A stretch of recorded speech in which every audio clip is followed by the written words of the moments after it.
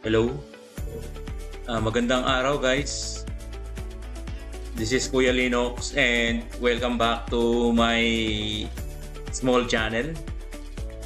So ngayon ay magre-reaction ulit tayo tungkol dito sa mga nawawalang sabongeros, yung search and retrieval operation. Kasi maraming kumakalat ngayon sa social media na parang ano raw to, parang peke or ano ba, tanim ebidensya. So tingnan natin guys, no? Panoorin natin tong balita.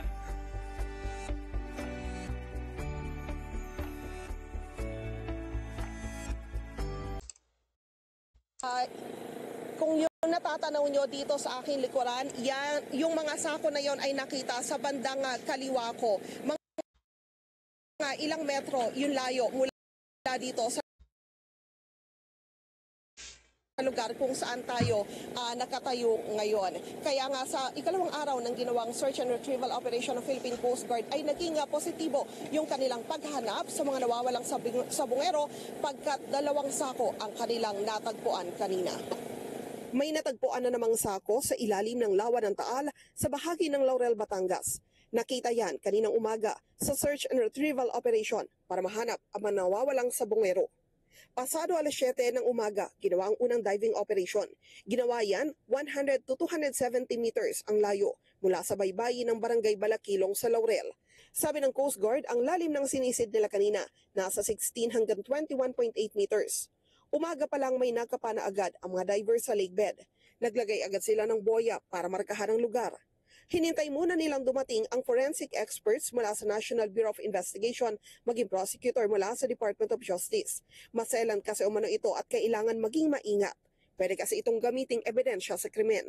Alas 2 ng hapon, sinimula naman ang second dive operation kung saan 2 sako ang nakuha mula sa lawa. Agad inilagay ang mga ito sa cadaver bag. Habang nagsasagawa ng diving operation ng Coast Guard, naroon na rin ang ilang pamilya ng nawawalang sabongero. Sana yun na yung kapatid ko di ba? Sana siya na yun para at least we can finally put him to rest and then kumuha pa rin ng hustisya. Kasi hindi naman nagtatapos lang ito sa makuha yung katawan nila. Kailangan talaga may managot. Ilalaban po namin to, 4 na taon na ho at hindi ho kami naiinip. Kami ay talagang punong-puno ng pag-asa. Wala namang timeline rito ang Department of Justice. Ang gusto lang natin mangyari ay masigurado natin na or makita natin yung pinaka-lake bed to say for certain kung meron ba talagang buto doon or remains doon or wala.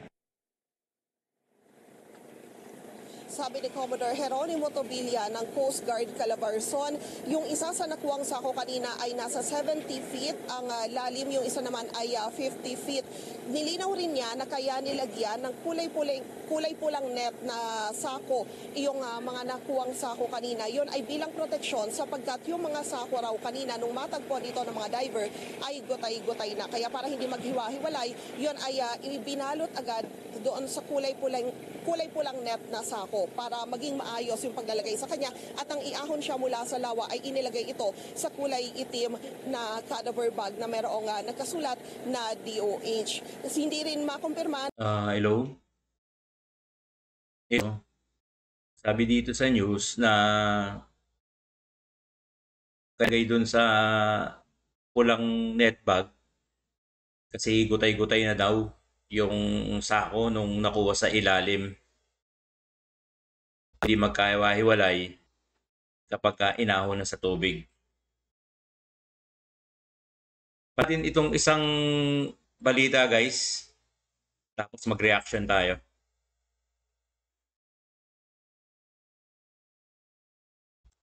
In total ay 5 na ay hindi daw tanim ebidensya. Hindi kami mag-aaksaya ng panahon dito at nung risk, nakita nyo yung risk, no?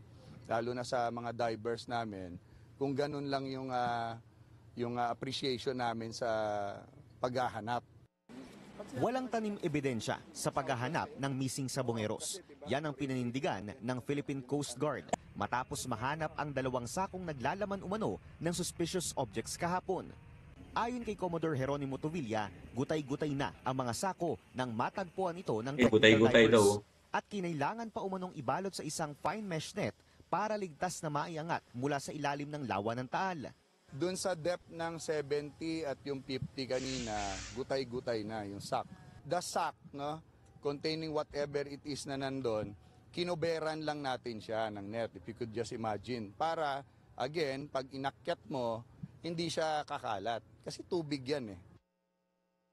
Noong Webes, kinumpirma rin ng DOJ na may natagpo ang isang sako sa lakebed ng Taal na naglalaman ng mga sunog na buto. Wala pang kumpirmasyon sa kasalukuyan kung sa tao ang mga butong nakita. Usap-usapan sa social media kung bakit umano mukhang malinis at bago ang sako na pinagpapatungan ng mga nakitang buto sa mga inilabas na larawan. Paglilinaw ng PCG. Siyempre, yung sako na pinaglalabanan nung unang nakita, purong-puno na siya ng lumot. So, then burned the objects pa na sa loob. So, in order for the investigating team to appreciate, makita yung laman, ipinatong siya sa mas malinis na sack na nandun din sa area. Kasi hindi mo siya mapipicturan, marirecord. Mensahe ni Commodore Tovilla sa mga may agam-agam umano sa mga isinasagawang operasyon. Kami, yung aming puso at isip, talagang linalagay namin dyan. Every time we do the dive, nakalagay yung kalahati ng katawan ng mga divers namin sa peligro. So, hindi ito biro-biro at kailangan bigyan ng spekulasyon yung effort ng ginagawa. Hello? So guys, yung balita ngayon sa mga missing sabongeros. Ang comment ko lang kasi dito, una, kung nilagay sa sako yung mga missing sabongeros, yung remains nila, napatay, paano siya nagkasya sa sako? Unless malaki yung sako na ginamit, di ba? Pero dun sa video, parang ordinary sack lang eh. So, paano nagkasya yung tao? Or pwede rin na nung pinatay yung mga sabungero na yon, sinapchap or sinunog. Tapos nung nasunog na, nilagay dun yung mga buto or yung remains, doon sa sako. Tapos inihulog sa lake. So, yun yung pwedeng mangyari para kumasya yung yung mga remains, Yung susunod ko na comment dito is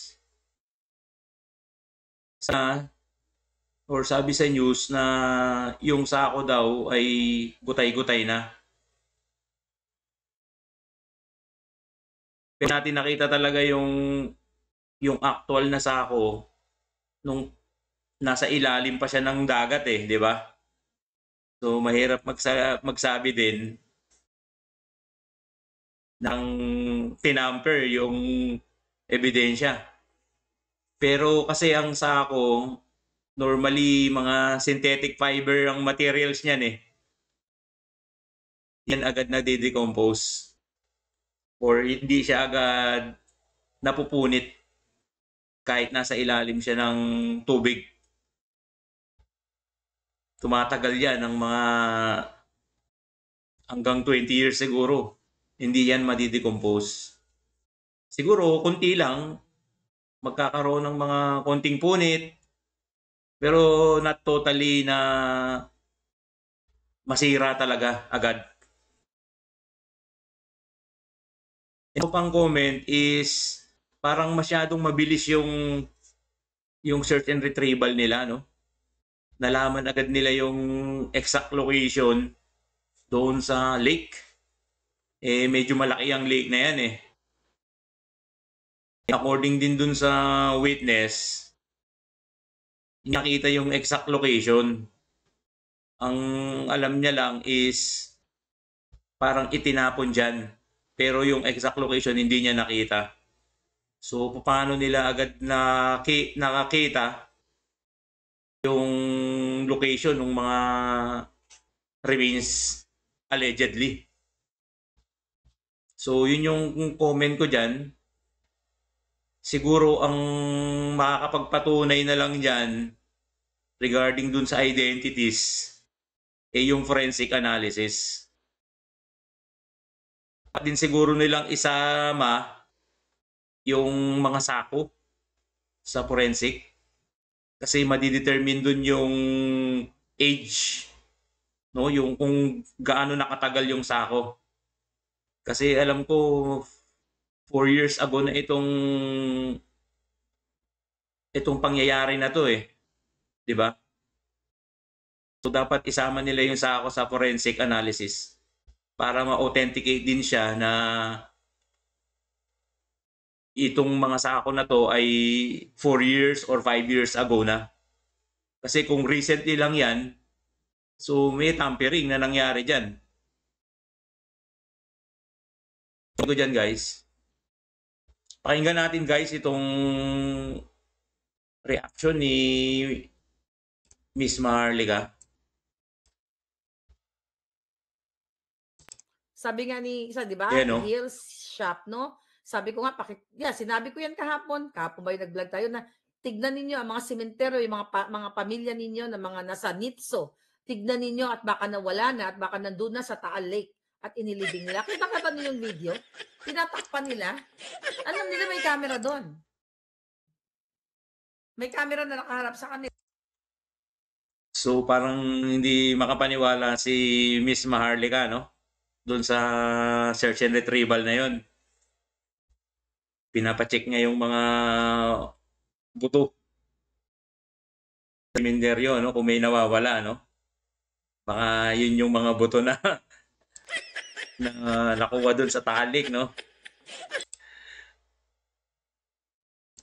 Kung totoo yun, dapat iharap nila sa camera. Hey, nakakuha kami ng mga buto-buto. O, di ba? Wala eh. Ano ginagawa nyo? Huy, ikaw, supot na ano. Supot daw. At ikaw, tore. Yan. Well, wala na yan, kasabot yan. Kayo mga supot. Anong for the people? Ihudi ponggol.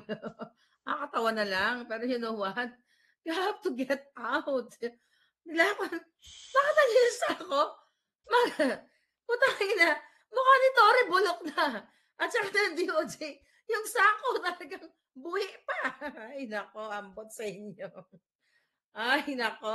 Ay, giatay, alpot, patotot. Oh. Tignan natin ulit mga kapapasok lang. Oh, notice ha? Notice. O, tingnan nyo, nasa singit ni Dodong. Ayun o, yung sako. Di ba maganda pa yung sako? Hindi malinaw Makinis pa sa mukha ni Tore. So yun guys, ano? Sinasabi ni Madam Maharlika na malinis yung sako. Siguro ang makakapagsabi na lang dyan is yung forensic analysis. Dapat isama nila yung sako sa analysis na yan para malaman natin kung talagang yung mga sako na yon ay yun yung ginamit para ilagay yung mga ano. Kasi may nakikita rin akong isang pwedeng nangyari no? Kinuha nila yung mga buto sa ibang lugar, tapos inilagay nila sa sako, tapos inihulog dyan. Di ba? Pero no, hindi ko sinasabing yun ang nangyari. Parang theory ko lang, no? Na yung mga remains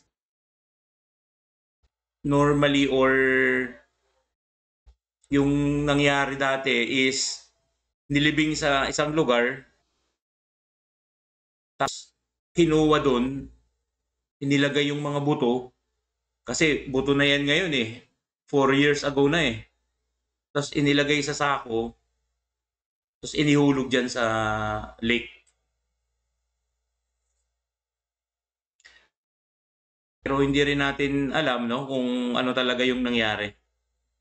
So, under investigation yan. So, dapat maglabas sila ng isang masusing forensic analysis.